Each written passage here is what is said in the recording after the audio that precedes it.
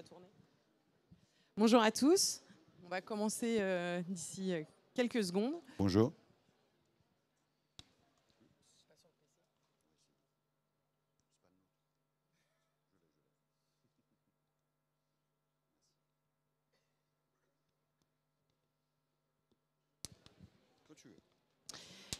Alors du coup, bienvenue à tous. Merci de nous consacrer votre temps. On va essayer en tout cas d'être le plus intéressant et de répondre, je pense, à la fin de nos slides à vos éventuelles questions si on n'y a pas répondu dans notre présentation.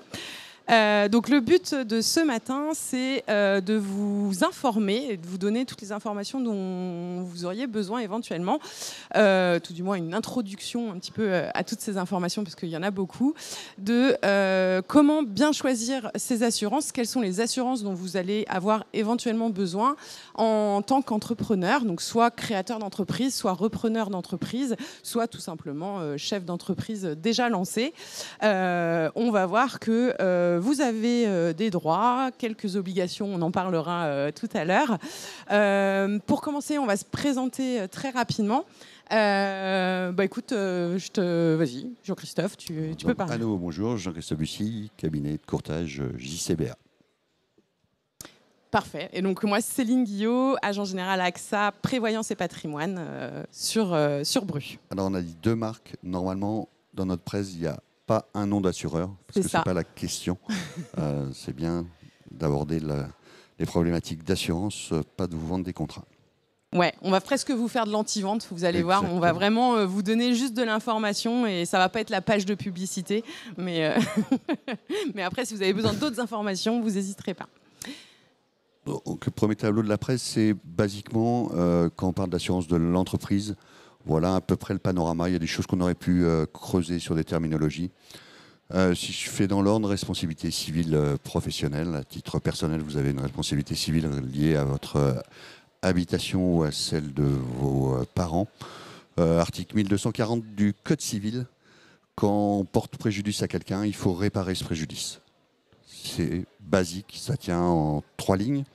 Il y en a un préjudice de manière volontaire ou involontaire. Alors, c'est étendu dans les entreprises aux préposés, c'est-à-dire que l'entreprise est responsable des préjudices portés par l'ensemble de ses salariés dans le cadre de son activité professionnelle.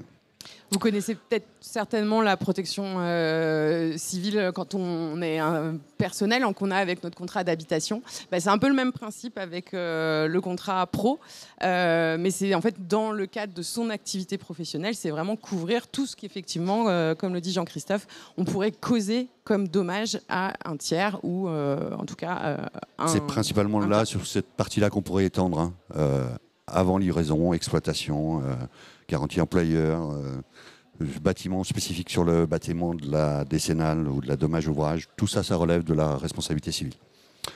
Protection juridique, c'est la prise en charge des frais de recherche amiables en cas de litige avec un client ou un fournisseur et la prise en charge des frais de justice. Avec une exception en France, c'est que les contrats ne peuvent pas couvrir les amendes pénales ou les amendes punitives.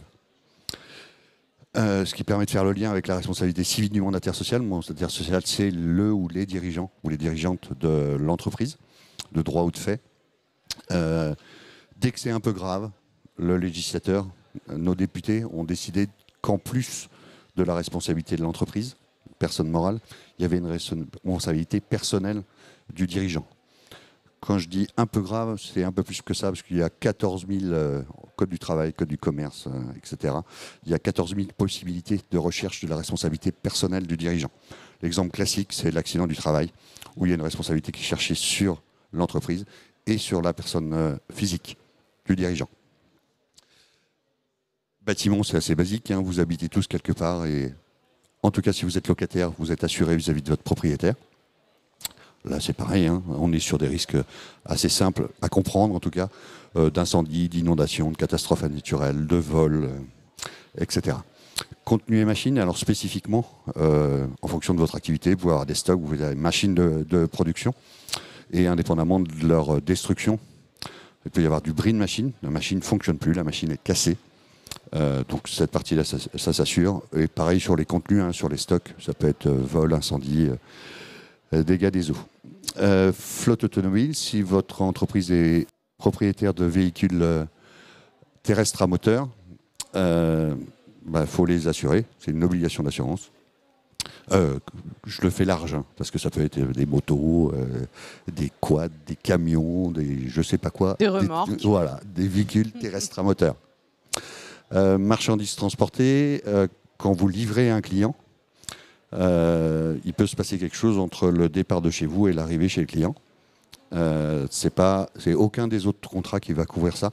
C'est spécifique marchandises transportées, avec le fait qu'il y a une obligation pour les transporteurs, mais avec des niveaux de garantie et des types de risques qui ne sont jamais pris en compte. Donc c'est du complément. Perte d'exploitation. Alors la perte d'exploitation, ça vient bien souvent, ça vient tout le temps, en complément d'un autre risque. Je vais le faire basiquement sur le bâtiment. Mon bâtiment, il brûle. Alors il faut que je reconstruise mon bâtiment ou que je restaure mon bâtiment. Mais en attendant, j'ai plus de production. Si c'est mon principal lieu de production, j'ai plus de production. Donc j'ai une perte, effectivement, de chiffre d'affaires. Je ne peux pas livrer les clients. J'ai une perte dans mon exploitation. Et c'est ce que vient couvrir la perte d'exploitation. Fonds de commerce, pareil. Je vais reprendre le même exemple de destruction totale. Et puis le propriétaire de votre magasin, parce que là on est sur un magasin dans le fonds de commerce, on dit perte vénale du fonds de commerce. Il ne veut pas que vous vous réinstalliez au même endroit. Là, vous avez une perte totale de votre fonds de commerce. Et donc, ce que va couvrir l'assurance, c'est le fait de financer, de pouvoir vous installer ailleurs. Après, ça va être Céline, c'est pas que moi.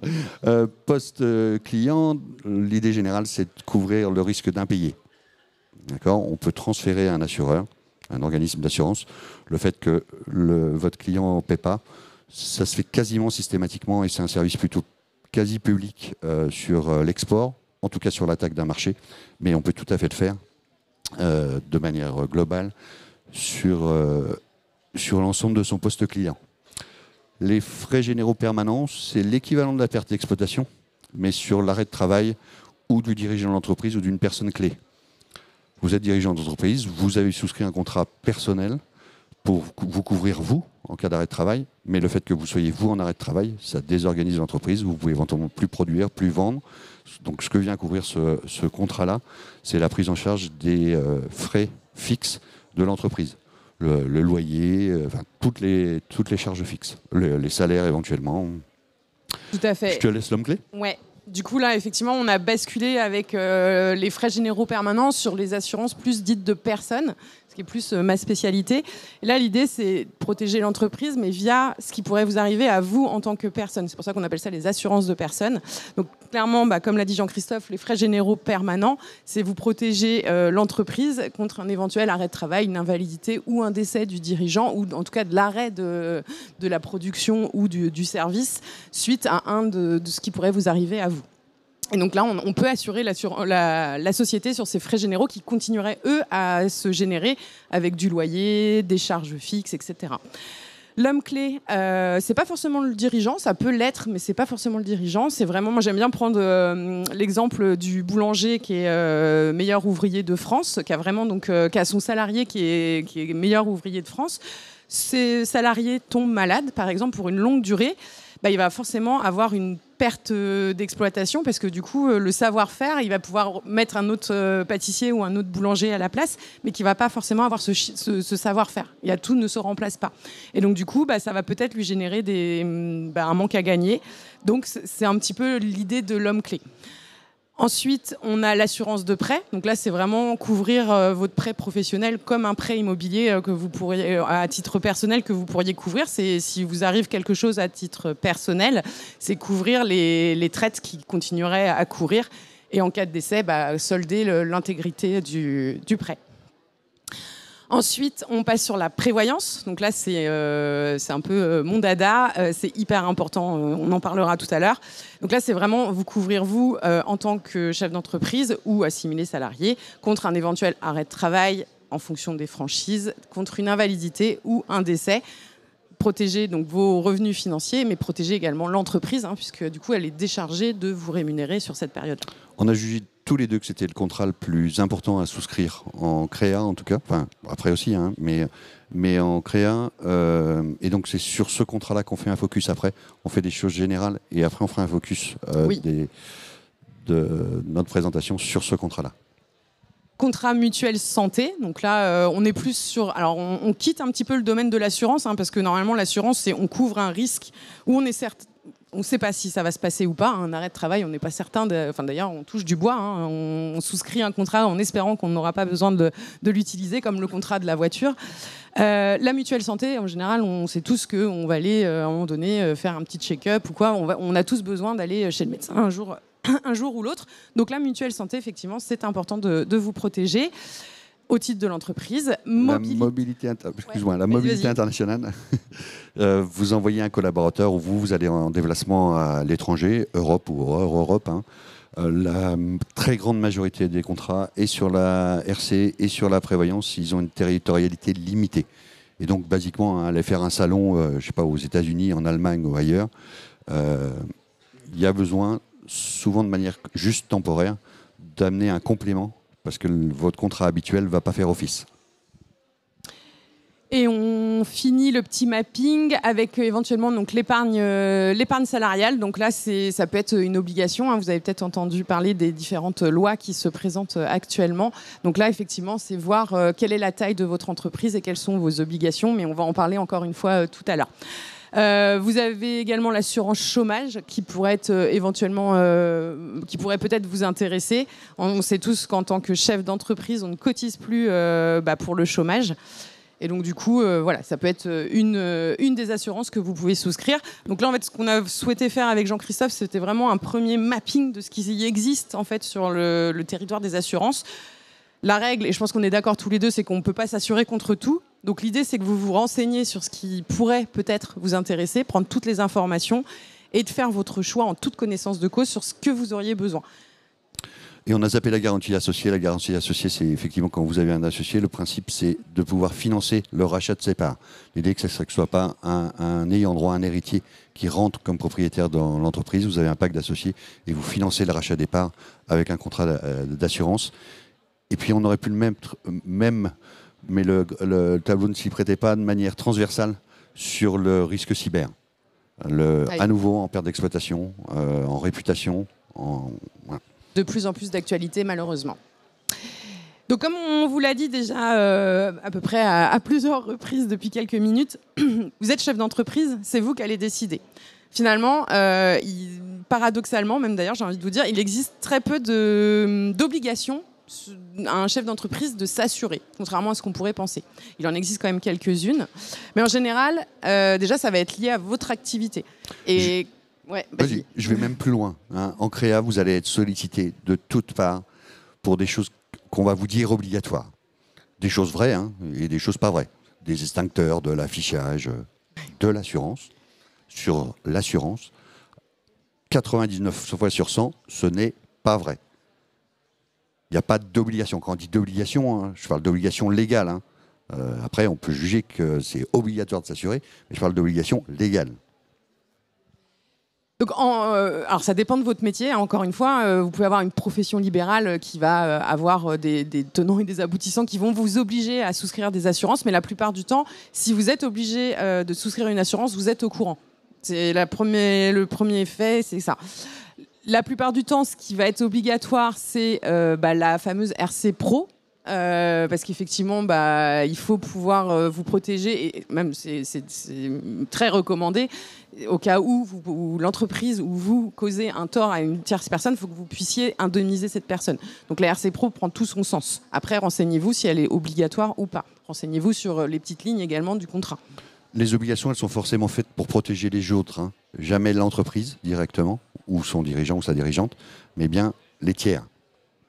En revanche, vous allez avoir une obligation, c'est à partir du moment où vous employez des salariés, vous allez avoir l'obligation de les protéger avec au moins une mutuelle. Donc ça, c'est à la fois pour les collèges cadres et non cadres.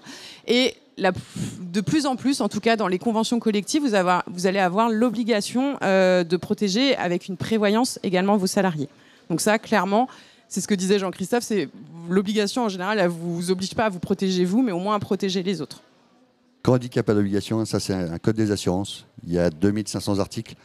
Il y en a un peu moins de 60 sur les assurances obligatoires. Et si on enlève le bâtiment et la médecine, c'est plus de... Ouais. Il reste quasi rien. Quand on dit qu'il n'y a pas d'obligation, il n'y a pas d'obligation. Ouais, il en resterait, malgré tout ce qu'on pourra vous raconter. Il en resterait 4. Encore une fois, c'est vous qui décidez.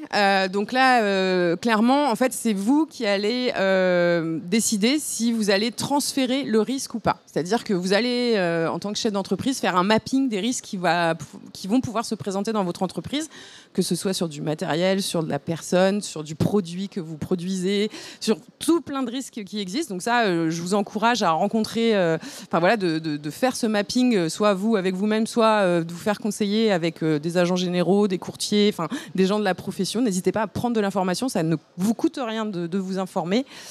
Faites ce mapping et après, vous allez décider si ce risque est trop important pour vous et qu'il va falloir donc transférer le risque auprès d'un assureur. Ou au contraire, vous allez être votre propre assureur, c'est ce qu'on peut décider, notamment avec des franchises peut-être, où on va se dire, on parlera de la prévoyance juste après, mais la prévoyance, on n'est pas obligé de se mettre une indemnité journalière en cas d'arrêt de travail dès le 3e jour, comme un salarié classique. On peut très bien se dire, moi j'ai besoin d'une prévoyance à partir peut-être d'1 mois, 2 mois d'arrêt de travail. Ça prend tout son sens. Peut-être que vous partez en vacances l'été, que vous êtes capable de continuer à vous rémunérer pendant peut-être 3 semaines de vacances, pourquoi vous ne le feriez pas en cas d'arrêt de travail? C'est là-dessus où en fait, je vous incite vraiment avec Jean-Christophe, on se dit, faites le mapping des risques, regardez ce que vous êtes capable de vous assurer par vous-même et regardez ce que vous n'êtes pas capable d'assumer et donc du coup de transférer auprès d'un assureur. Parmi les nombreuses casquettes que vous allez avoir ou que vous avez déjà comme chef d'entreprise, il y a celle de risque manager, et qui est exactement ça. Identifier, évaluer les risques, savoir comment on peut s'en prémunir sur la partie prévention et décider ce qu'on transfère à un tiers ou ce qu'on assume en auto-assurance. Avec un certain nombre de risques sur lesquels il n'y a pas de choses objectives. Il y a une aversion au risque de chacun. Moi, si ça m'arrive ça va être l'horreur. Et puis moi, si ça m'arrive ça n'a aucune importance. C'est vraiment très personnel. Vous avez un document basique pour faire ça, qui est une contrainte normalement pour les entreprises, mais on peut en tirer bénéfice à mon avis, qui est le document unique, qui est plutôt à destination salariée, mais qui peut tout à fait être utilisé pour l'entreprise, à la fois sur les risques pour ses salariés, mais les risques pour l'entreprise elle-même, dans son exploitation. Un petit point sur ça, prévention et mise à jour, Prévention, on est d'accord que si vous avez transféré le risque, votre intérêt, l'intérêt de l'assureur, c'est qu'il n'y ait pas de sinistre. Donc, il y a la possibilité de faire cracher un peu d'argent à des assurances en prévention. Ça leur coûtera moins cher que s'il y a un sinistre. Et vous avez un intérêt commun là. L'autre chose, c'est que le contrat d'assurance, c'est pas, quand je dis c'est pas un bon exorciste, c'est que ça n'empêche pas le sinistre. C'est même l'inverse. Statistiquement, les personnes assurées ont plus de sinistres que les personnes non assurées. D'où la prévention. C'est assez logique aussi. Ouais. Et cet exercice-là, c'est bien évidemment pas ancré. Votre entreprise, elle change, elle évolue. Donc c'est un exercice qu'on essaie de refaire périodiquement. Conseil de souscription au niveau des cotisations. Donc là, c'est un petit peu ce que Jean-Christophe disait, il n'y a pas de bon ou de mauvais contrat. C'est assez facile l'assurance, c'est de la mutualisation. Comment on calcule une prime d'assurance? L'exercice qu'on a fait normalement juste avant. La prime pure, on appelle ça. Quelle est la probabilité que le sinistre arrive et s'il arrive, combien ça coûte? Ça, c'est la base de la prime. À ça, on rajoute des taxes, des frais de gestion et des frais de commercialisation. On a la prime d'assurance. Ça veut dire que dans les faits, la cotisation, elle est toujours le reflet d'une de ces 4 variables, la prime pure, les frais de gestion, les frais de commercialisation, les taxes, en sachant que la quasi-totalité des assureurs utilisent les mêmes statistiques. Donc s'il y a un écart de prix, c'est qu'il y a un écart de garantie. Il n'y a pas 50 façons de réduire la cotisation. On réduit le sinistre maximum. Mon engagement, il va jusqu'à 100 000 euros. Ce n'est pas la même chose que mon engagement, il va jusqu'à 1 million d'euros. D'accord ? On met des franchises. J'indemnise pas si c'est moins de 500 euros. Ce n'est pas la même chose que si j'indemnise au premier euro. Les exclusions, Je vous assure pas pour telle et telle chose. Les limitations de garantie qui sont plus perverses que les exclusions, parce que les exclusions, c'est clair, je vous assure pas pour ça. Une limitation de garantie, ça veut dire je vous assure pour ça, mais dans telles conditions, ou sur telle durée de temps, ou sur tel territoire, ou sur telle manière dont ça s'est produit. N'hésitez pas à vous faire expliquer chaque exclusion, pour que ce soit vraiment clair dans vos têtes. Vraiment, il ne faut pas que vous signiez un contrat en ayant l'impression de signer un truc que vous n'avez pas compris. C'est comme dit Jean-Christophe, l'assurance c'est très basique en fait. C'est souvent on peut être déçu par son assurance, mais dans ces cas-là, c'est noir ou blanc en fait. C'est soit ça rentre pas. Et c'est expliqué dès les conditions générales, dès les conditions particulières de votre contrat. Donc effectivement, c'est chacun son job. Donc faites-les-vous expliquer par votre assureur ou par votre courtier pour que vous soyez très clair dans votre tête sur ce que vous êtes assuré, ce dont vous n'êtes pas assuré. Si j'ai un conseil à vous donner, c'est j'aime bien cette phrase-là parce que c'est plutôt imagé, mais on n'assure pas une voiture qui a déjà brûlé. Ça marche pour de la prévoyance, ça marche pour de l'assurance de biens. Elle va trop vite, cette série d'après. Ah mince, c'est vrai. Ah zut. Alors attendez. Sur les exclusions, juste un petit mot, il y a des exclusions légales. Et des exclusions contractuelles, un certain nombre de conditions générales ne reprennent pas l'ensemble des exclusions légales. Principale exclusion légale, c'est si vous êtes... on va passer au slide après, tu avais raison. Ouais, parce qu'en fait là je parlais de la sélection à l'entrée notamment. Hop, on va passer sur celle-ci. Il n'y a pas de mauvais contrat, il y a les autres. Donc en fait, là, ce que je voulais dire sur on n'assure pas une voiture qui a brûlé, je vais retourner sur de la prévoyance, on en reparlera un petit peu plus largement tout à l'heure, mais n'attendez pas d'avoir eu un problème de santé pour penser à la prévoyance. Et c'est souvent, quand on crée son entreprise, on se dit, bah non, par exemple, la prévoyance, c'est pas obligatoire, j'y penserai quand je serai un petit peu plus large et quand je saurai un petit peu plus où je vais. Attention, c'est pas quand vous avez eu un ou plusieurs arrêts de travail, quand vous avez une ou deux pathologies qui arrivent ou un ou deux traitements médicaux qui arrivent que vous allez pouvoir vous assurer dans de bonnes conditions. Vous risquez, ce qu'on a vu tout à l'heure, soit des exclusions ou des majorations. Alors que si vous êtes assuré quand tout allait bien, vous serez assuré dans votre entièreté et à un prix qui sera correct puisqu'on n'avait pas de statistiques sur ce qui pouvait vous arriver mais probablement. L'idée de dire qu'il y a des mauvais contrats et puis qu'il y a les autres, inversement, ça veut dire qu'il n'y a pas de contrat parfait. Ça n'existe pas. Tout le monde le souscrirait en fait. Et les mauvais sinistres le souscriraient en premier.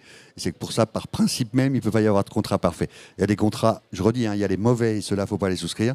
Et puis il y a les autres. Et les autres, ils sont plus ou moins bons et surtout plus ou moins adaptés à votre situation. Moi, je tiens beaucoup à ça, sur l'assurance et la confiance. Tu voulais, pardon.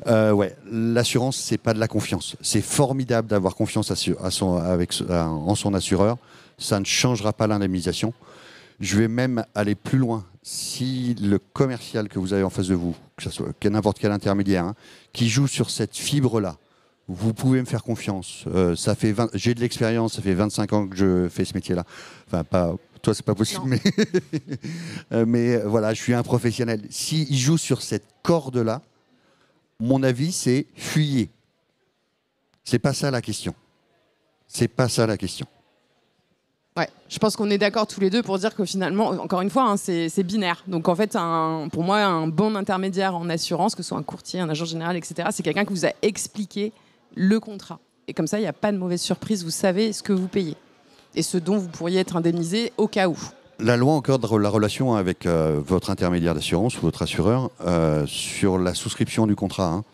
C'est normalement, je dis normalement parce que c'est pas encore la norme marché, c'est normalement en 3 temps, un recueil de besoins, ce qu'on a vu, la formalisation du devoir de conseil, voilà ce que j'ai compris de votre risque, et donc en face, voilà quel contrat je peux mettre, ses avantages et ses inconvénients, et il doit vous remettre avant la signature, un certain nombre de documents.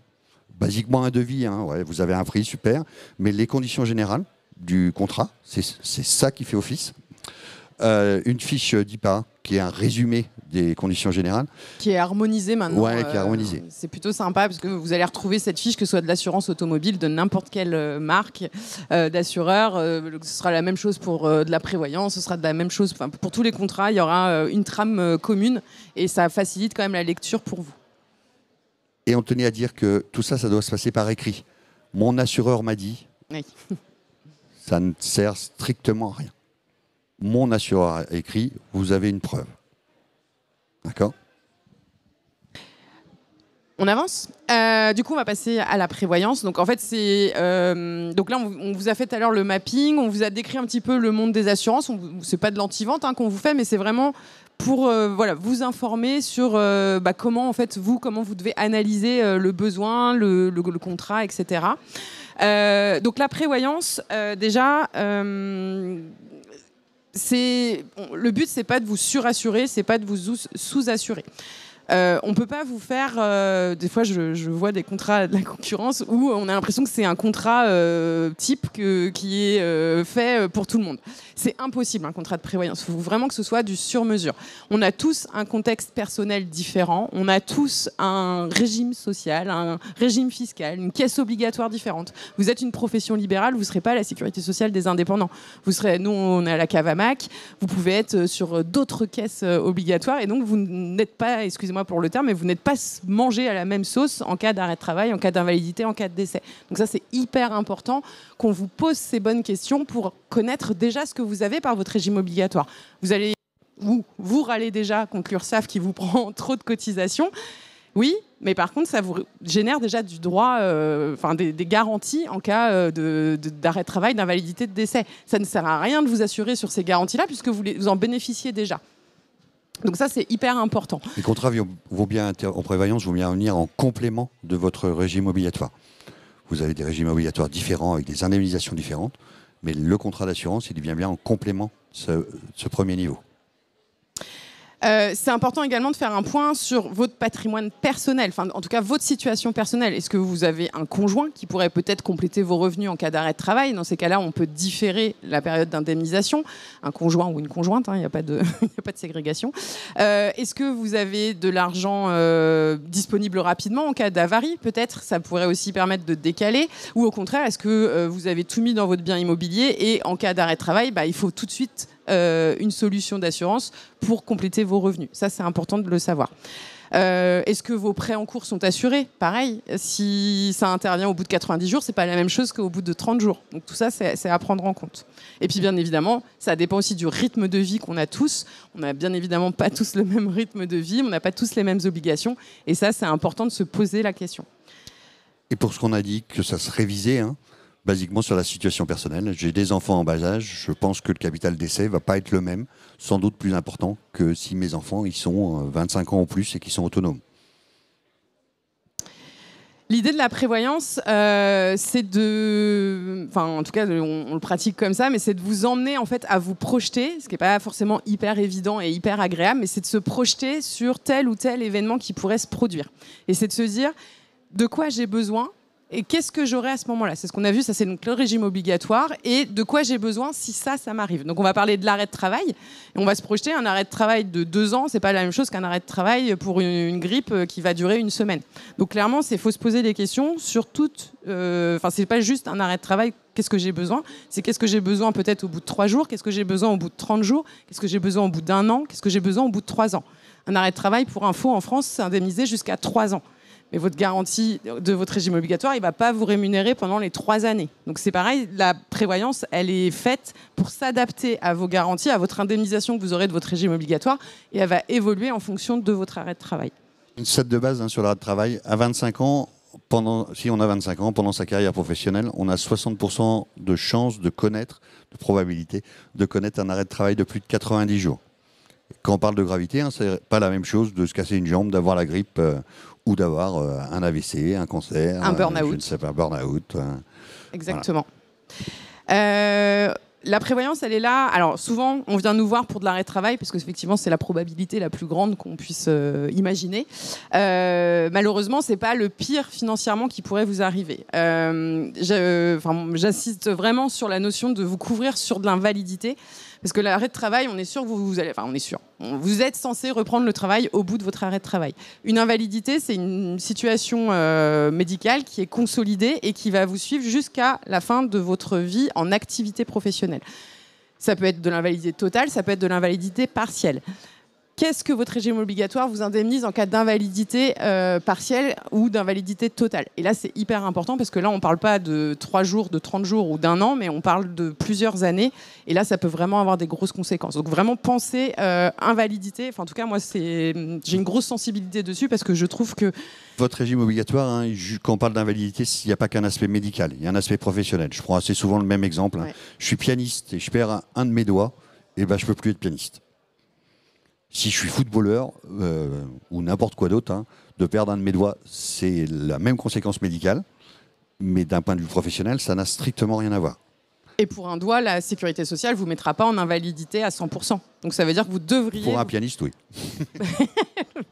Donc vous devriez adapter votre activité. Peut-être la changer, peut-être la faire évoluer. Mais ça, voilà, c'est encore une fois, on n'est pas des Madame Irma, on ne sait pas ce qui peut se passer au cours d'une vie. On va toucher du bois, encore une fois. Quand on parle de prévoyance, c'est pas que ça va se passer, mais en tout cas... On est beaucoup plus tranquille en tant que chef d'entreprise et on peut plus se focaliser sur son activité quand on sait qu'on a un matelas de sécurité derrière. Ça, c'est vraiment hyper important. Le troisième gros risque que la prévoyance va couvrir, c'est le décès. Et effectivement, comme le disait Jean-Christophe, ce n'est pas la même situation si vous avez toute une famille qui est dépendante de vos revenus financiers et qui pourrait du coup s'arrêter du jour au lendemain, ou si vous êtes célibataire ou plus personne à charge et que tous vos biens sont payés, etc. Donc ça, c'est vraiment important. On peut voir des fois des énormes capitaux d'essai qui sont mis sur des contrats. Quand on fouille un peu, on voit que le besoin, il n'est pas là du tout. Et donc, du coup, voilà. Je vous incite vraiment à vous informer et à calculer réellement le besoin. Alors, c'est pas très agréable de se projeter sur un décès, mais au moins de se dire de quoi réellement mes proches auraient besoin. La clause bénéficiaire, très important, elle peut être changée à n'importe quel moment. On peut avoir une situation au moment de la signature du contrat où c'est cette personne-là qui doit être bénéficiaire de la clause de capital d'essai ou de rente d'essai. Ce n'est pas forcément le cas à la fin de 2-3 ans après. Donc pensez vraiment à vous assurer auprès de votre assureur que la clause bénéficiaire est toujours en adéquation avec votre situation. C'est le bon exemple d'essai pour lequel il n'y a pas de bonne réponse. Il y a des choses objectives qu'on a évoquées, le nombre d'enfants, la situation du conjoint, mais dans les faits, on peut tous avoir une appréciation différente. Est-ce que si je décède, je souhaite que mon conjoint il ait beaucoup d'argent et qu'il puisse faire face complètement à la situation financière et morale, ou est-ce qu'à l'inverse, je me dis, et je ne porte pas aucun jugement là-dessus, à l'inverse, je me dis, non, moi je ne serai plus là, mon conjoint mènera sa vie, éventuellement se retrouvera un autre conjoint ou une autre conjoint. Ce que je veux lui laisser comme garantie financière, c'est 1 an, 2 ans, le temps de se retourner. Le reste, il n'y a pas de bonne réponse. Quand je parlais de l'aversion au risque, c'est vraiment de l'appréciation de chacun, ça. Exactement. Et encore une fois, la prévoyance, ça doit vous aller comme un gant et ça doit être revu. Pour moi, au moins une fois par an. Alors, on ne va pas amener tous les ans des changements dans cette prévoyance, mais au moins revoir ces garanties, parce que vous allez voir, vous allez les souscrire, vous allez les oublier. Les repasser en vue 1 ou 2 fois par an, ça ne vous coûte rien. Passer un petit coup de téléphone à votre assureur, s'assurer que c'est toujours en adéquation. Peut-être qu'il y a des besoins qui vont se créer, peut-être qu'il y a des besoins qui vont disparaître, et donc l'adapter. Quelques tips, on va dire, à regarder sur votre contrat de prévoyance. Très important en cas de création d'entreprise, c'est de regarder si votre contrat il est forfaitaire ou indemnitaire. Alors, ça parle peut-être pas à tout le monde, mais c'est hyper important. Un contrat indemnitaire, il va regarder tout simplement combien vous vous êtes rémunéré les mois précédents si vous deviez être en arrêt de travail ou en invalidité ou un décès. Il va regarder combien votre régime obligatoire va réellement vous indemniser. Et donc, vous pouvez peut-être avoir souscrit une prévoyance en pensant être indemnisé à hauteur de, 2 000 € pour un arrêt de travail. Finalement, si vos revenus précédents n'étaient pas de 2 000 €, si c'est indemnitaire, clairement, vous ne toucherez jamais la garantie pour laquelle vous avez cotisé. Donc ça, c'est hyper important. Forfaitaire, c'est beaucoup plus simple. En particulier, si on est amené à avoir des rémunérations qui sont très variables d'une année sur l'autre. D'accord ? Si on a une activité, commerciale dans un magasin, on peut juger que ça va être un peu stable, mais en fonction des activités, si on fait des investissements une année, on peut décider de moins se rémunérer, de ne pas distribuer de dividendes, de moins se rémunérer. Donc on va voir cette année-là sa rémunération baisser fortement sur un contrat indemnitaire. Ça sera ça la référence pour vous indemniser et pas les rémunérations des années précédentes. Et on sait bien qu'en tant que chef d'entreprise, surtout quand on se lance, c'est pas un long fleuve tranquille. On n'est pas forcément tous les mois à 2000 € comme on l'avait mis dans son business plan. Forfaitaire, ça va être beaucoup plus simple. C'est vous payez pour telle cotisation. Si il vous arrive tel fait, et là du coup vous serez indemnisé à hauteur de cette garantie forfaitaire. Malgré le contrat actuel, quand même avec une limite légale. En Exactement. France, en assurance, on dit qu'il n'y a pas d'enrichissement sans cause.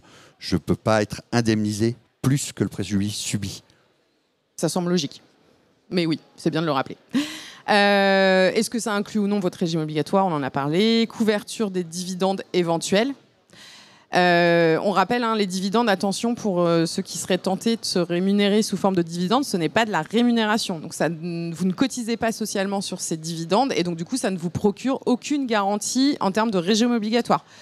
En France, il n'y a pas d'argent magique. Si on n'est pas taxé à un endroit, ça ne nous rapportera rien à un autre endroit. Les dividendes, c'est la rémunération de votre capital investi dans l'entreprise. Votre rémunération de gérance ou de présidence de SAS, c'est la rémunération de votre travail et de votre fonction. Attention aux formalités médicales, c'est ce que je vous disais tout à l'heure, on n'assure pas une voiture qui a brûlé. N'attendez pas que ça sente le roussi pour vous enquérir d'une prévoyance. Souvent, ce sera plus difficile, ce sera plus cher et ce sera moins couvrant. Donc attention. Formalités médicales, ok. Vous aurez des formalités médicales à l'entrée, mais pensez à regarder les formalités médicales si vous augmentez vos garanties. D'accord, je souscris un contrat de base en création et puis effectivement ça fonctionne correctement et je vais adapter mon contrat à mon niveau de rémunération actuel. Est-ce qu'on va vous faire passer à nouveau une sélection médicale complète ou pas? C'est important dans le choix du contrat. L'indexation, pardon, excuse-moi. Attention également si vous faites des sports à risque. Alors, sport à risque, c'est pas faire de la natation ou faire son running tous les dimanches matins. À risque d'assureur. Ouais. À risque d'assureur. C'est pas même forcément si vous êtes à risque super fort, objectivement. Déclarez-le. Soit l'assureur l'exclura, soit il l'inclura dans ses garanties. Mais en tout cas, si vous ne l'avez pas prévenu de cette pratique sportive, vous risquez d'avoir une mauvaise surprise si vous arrive quelque chose dans le cadre de cette pratique. Et en tout cas, choisissez un contrat qui vous couvre pour les baptêmes. Ouais. C'est formidable qu'on vous offre un baptême de plongée, un baptême de parachute, un baptême de saut élastique, un baptême de je ne sais pas quoi. Ça serait dommage que ça ne soit pas couvert par votre contrat d'assurance. Regardez les petites lignes en ce qui concerne le risque psy et dos. Alors nous, on appelle ça des maladies non objectivables, c'est-à-dire qu'on ne peut pas aller vous faire un scanner pour dire « Ah oui, vous êtes bien en burn-out et donc du coup, on va vous indemniser ». Regardez bien, alors là, il y a de tout sur le marché. Regardez bien si le risque, et si ça, vous pensez qu'il faut transférer ce risque, regardez bien si c'est assuré, si ça ne l'est pas, et les conditions. Est-ce qu'il y a des franchises? Est-ce qu'il faut être hospitalisé? Est-ce qu'il faut... Enfin voilà, il y a plein de choses à regarder et regarder si ça... Une limitation d'indemnisation dans le temps. Pour mesdames qui souhaitez créer votre entreprise ou vous êtes chef d'entreprise et vous pensez aussi projet bébé, la prévoyance effectivement peut vous protéger en cas de grossesse pathologique. Alors le congé maternité, c'est la sécurité sociale, la CAF qui va la gérer. Par contre, vous pouvez être en arrêt pendant votre grossesse avant le congé maternité. Et là, c'est important de souscrire à votre prévoyance bien avant. Il y a des délais d'attente souvent. Donc c'est important de souscrire le contrat prévoyance bien en amont de la conception du bébé. Comment sont traitées les rechutes et les reprises partielles? Les rechutes, c'est assez simple. On a parlé de franchise. Quel est déterminé le contrat? Si j'ai une rechute proche après avoir repris le travail, est-ce qu'on me réapplique une franchise ou est-ce qu'on considère que c'est le même sinistre et donc pas de nouvelle franchise? Et comme on le disait, surprime, exclusion, si vous êtes déjà arrivé quelque chose, ça ne veut pas dire que vous ne pouvez pas vous assurer, mais par contre, il y aura certainement des surprimes et des exclusions qu'il faudra vous faire expliquer par votre... Et à choisir, préférez, alors en fonction de votre portefeuille, mais préférez toujours une surprime qu'une exclusion. Une exclusion, la position de base de l'assureur, c'est qu'il va chercher à lier... Une exclusion, c'est, je sais pas, j'ai du diabète, et on exclut le diabète.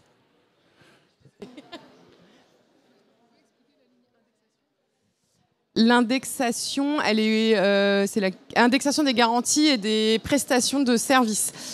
Oui, alors ça, tu veux... J'ai une rente, je suis en arrêt de travail, et puis après j'ai une rente invalidité. Comment sont réévaluées la rente qui m'est versée? Est-ce que c'est toujours la même pendant 40 ans? Ou est-ce qu'elle suit un indice? Et quel indice? Est-ce qu'elle suit l'inflation? Est-ce qu'elle suit le PAS, comprendre le plafond annuel de la sécurité sociale? La plupart du temps, c'est ça. Après, effectivement, c'est une notion à prendre. Sur de l'arrêt de travail, c'est important de le regarder. Sur de l'invalidité, si on parle de 30 ans, si vous êtes jeune, bah, c'est important de le prendre en compte parce que 1 000 euros, ça vaudra peut-être pas... C'est un bon exemple de mauvais contrat. Hein. Un mauvais contrat, ça serait un contrat qui n'indexerait pas les rentes servies. On voit bien que sur 30 ans, avec l'inflation, 1 000 euros d'aujourd'hui, c'est pas le 1 000 euros de dans 30 ans et d'il y a 30 ans. Donc, typiquement, un mauvais contrat, ça ne réindexe pas. Les autres, ils réindexent plus ou moins bien, mais il faut regarder. Alors, il va nous rester 3 minutes. Ça, c'est la bonne nouvelle. En fait, on l'a déjà bien expliqué en fait au début. C'est un petit peu le panorama de toutes les autres assurances. Là, en fait, on vous a décrit la prévoyance parce que c'est ce qu'il faut penser pour la prévoyance, mais on peut le décliner sur toutes les autres assurances avec tous les tenants et aboutissants que vous pouvez trouver dedans. Moi, ce que je vous propose, c'est de répondre à vos questions avec Jean-Christophe si vous en avez pour finir. Et après, de toute façon, on se tient à votre disposition. On a nos stands respectifs sur le salon. Et donc, du coup, on pourra répondre à vos questions complémentaires si vous en reste. Est-ce que vous avez des questions? Oui. Moi, c'était par rapport à la mutuelle, savoir en tant que micro-entrepreneur, est-ce que la mutuelle personnelle peut suffire ou est-ce que c'est mieux d'avoir la mutuelle spécialement pour la micro-entreprise, étant donné qu'on est, d'après ce que j'ai compris, on est à la fois une personne morale et physique, c'est fusionné. Donc, Très bonne question. Alors, on n'en a pas trop parlé. En fait, c'est un petit peu la fiscalité. Ça va dépendre de votre statut finalement juridique. Est-ce que vous êtes auto-entrepreneur? Est-ce que vous êtes en SASU ou en SAS? Donc, vous êtes assimilé salarié. Ou est-ce que vous êtes TNS pour tous les autres types d'entreprises? Si vous êtes assimilé salarié, et peut-être que vous avez des salariés, dans ces cas-là, vous allez être assimilé sur une assurance collective, donc que ce soit une mutuelle collective. Vous pouvez bénéficier de l'assurance de vos salariés. Exactement. Auto-entrepreneur, vous avez un statut de TNS. La bonne nouvelle, c'est que vous allez pouvoir faire votre contrat sur mesure, c'est-à-dire que vous allez pouvoir choisir réellement vos garanties. Par contre, en auto-entreprise, vous avez un forfait de charges qui vous est déduit tous les mois par l'URSSAF. Et donc, du coup, vous n'allez pas pouvoir déduire en plus votre contrat mutuel. Si vous avez le statut de TNS sur une SARL, une EURL, etc., là, vous allez pouvoir passer ce qu'on appelle en fiscalité Madelin, donc comme la prévoyance, comme la santé, comme même la cotisation PER, si vous souhaitez en ouvrir un. C'est-à-dire que c'est l'entreprise qui va cotiser pour vous, au même titre que quand vous étiez salarié. Et donc, elle va pouvoir le déduire fiscalement. Pas socialement, mais fiscalement. Ça, c'est important. Sur la mutuelle de conseil de base, si vous êtes encore en activité, bénéficiez de la portabilité. En quittant votre employeur, vous allez être demandeur d'emploi, vous pouvez bénéficier de la portabilité, c'est-à-dire que pendant au maximum 1 an, vous allez avoir votre complémentaire santé qui va être prise en charge par votre ancien employeur. Et puis assez basiquement, votre conjoint, il peut avoir lui une mutuelle obligatoire et la possibilité d'y attacher son conjoint. Vous pouvez être ayant droit de votre conjoint sur la partie mutuelle. La question, en fait, c'était si vous en aviez besoin ou pas. En fait, ça va dépendre. Si vous pensez que vous allez avoir... Alors, on ne sait pas ce qui peut se passer, mais si vous pensez que vous allez avoir des soins médicaux, que vous allez avoir uniquement la part... Si vous n'avez pas de mutuelle, vous allez avoir uniquement la part de la sécurité sociale. Elle est en train d'être rediscutée avec le projet de loi de finances. Donc, attention, il y aura certainement du déremboursement. En gros, chaque acte médical en France est tarifé. Donc, je ne sais pas, moi, chez le généraliste, donc c'est 26,50 €, je crois. Et actuellement, la sécurité sociale rembourse 70% de ces 26,50 €. Le 30%... ça va passer à 65. Exactement. Et pareil sur les médicaments, avec une baisse de 5% sans doute. Le reste sera pris en charge par la mutuelle. Donc si vous n'avez pas de mutuelle, vous savez que vous avez un reste à charge de 35% du coup de ce chiffre-là. Et c'est tout pour ça. Ça va être pour les soins dentaires, ça va être pour de l'hospitalisation, ça va être pour à moins que vous soyez en ALD et que là vous soyez pris en charge à 100% par la sécurité sociale ou la CMU. Mais sinon, il vous restera du reste à charge. Pareil pour le dépassement d'honoraires. 2 conseils très basiques qu'on ne voulait pas oublier, qui ne sont pas liés à l'assurance de personnes. Vous avez une voiture que vous allez utiliser à titre professionnel. Si c'est votre voiture personnelle, n'oubliez pas de le dire à votre assureur. Oui. Oui, il vous faut qu'une seule mutuelle. Vous changez de risque, il faut avertir votre assureur. De la même manière, si vous allez travailler au départ ou toute votre vie d'entrepreneur en home office, chez vous, dédier une pièce ou un bout de votre salle à manger ou faire un bureau, déclarez-le à votre assureur que cette partie-là, elle est dédiée à une activité professionnelle. Ce n'est pas la même nature de risque. Non, enfin, ça dépend quelle activité. Hein. Si vous avez une usine chimique dans votre salle à manger, oui, il y aura un surcoût. Si c'est un travail administratif de bureau, non, il n'y aura pas de surcoût. Sur la mutuelle? Non. Sur le bâtiment. Ah. Sur le bâtiment. Par contre, si vous ne le faites pas, c'est bien une exclusion. Hein. S'il arrive quelque chose lié à votre activité professionnelle, c'est une habitation, l'assureur va dire ben non. J'utilise mon garage pour faire de la mécanique. J'utilise mon garage pour faire de la mécanique. Pareil, ça se déclare à l'assureur. C'est une partie de votre habitation que vous dédiez à autre chose que votre habitation, à votre activité professionnelle. Le risque, clairement, c'est que vous ne soyez pas pris en charge si... Exactement. Est-ce qu'il y a d'autres questions? Oui, merci. Je voulais savoir s'il y a des assurances qui peuvent couvrir des cas de non-paiement des clients Oui. et sur le périmètre national et international s'il y a... C'est le poste client. Alors sur l'international, c'est ce que j'évoquais. C'est quasi même un service public. Alors c'est pas tout à fait ça, mais c'est quasi un service public. Vous avez des organismes dédiés à l'export. On est sur ce poste-là, le poste client. Ouais. On transfère le risque d'impayé. La boucle complète, hein, c'est on demande à l'assureur d'évaluer le risque. Il va avoir, lui, une notation sur l'entreprise, sur notre entreprise cliente. On peut lui transférer le risque. Si ce n'est pas payé, c'est l'assureur qui paye. Et on peut lui transférer le recouvrement. On peut transférer, en assurance, on peut transférer la totalité de son poste client. Hein. Il vous dit, ce client-là, statistiquement, il paye moins bien que les autres. Donc, vous choisissez si vous travaillez avec lui ou pas. Il vous dit que si ce client ne paie pas, il vous paiera à sa place. Et il peut gérer le recouvrement.